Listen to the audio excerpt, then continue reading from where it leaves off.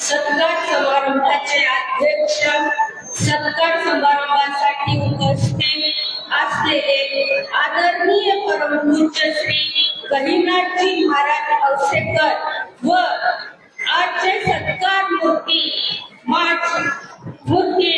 माननीय तथा आपल्या सर्वांचे नेते आमदार आदरणीय बसवराजजी पाटील मोरुळकर, आदरणीय व्यासपीठ उपस्थित सर्व बंधू,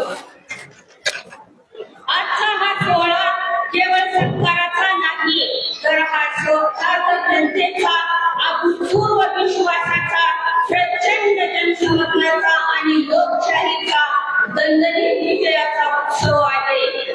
आपल्या सर्वांचे लाडक्या नेत्याचे विधान परिषदेवर आमदार म्हणून प्रचंड मतांनी मिळालेला हा विजय म्हणजे केवळ एक निवडणुकीकडे नाही, तर हा अन्यायावर न्यायाचा, नकारात्मक सकारात्मकतेचा आणि विकासाच्या विचारांचा भव्य विजय आहे.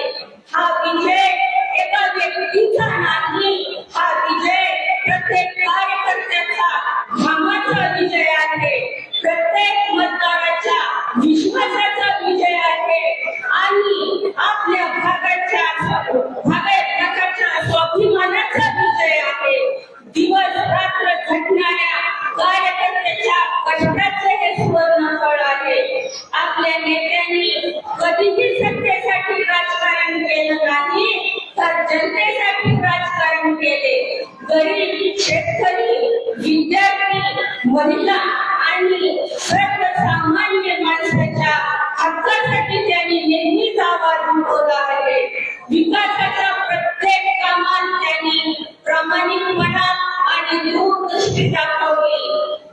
म्हणूनच मतदारांनी त्यांच्यावर पुन्हा एकदा विश्वासाचा डोंगर उभा केला.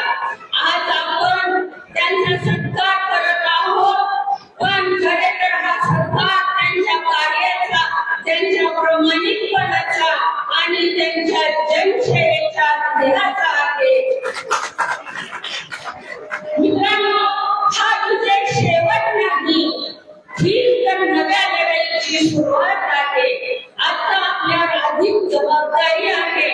आपल्या भागाचा विकास अधिक वेगाने घडवायचा आहे. प्रत्येक मुलापर्यंत प्रगती पोहोचवायची आहे. चला, आपण सर्वजण एक दिलाने, एक कृतीने आणि नव्या दिवसाने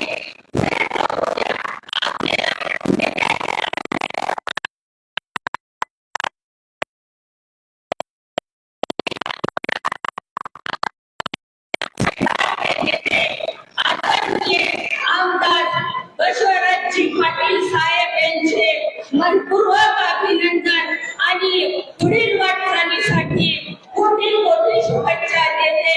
तसेच या भव्य सत्कार सोहळ्याचे आयोजन करणारे गिरीशजी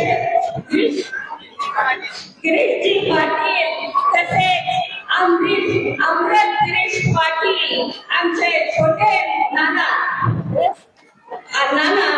व संपूर्ण पाटील परिवारांचे मनपूर्वक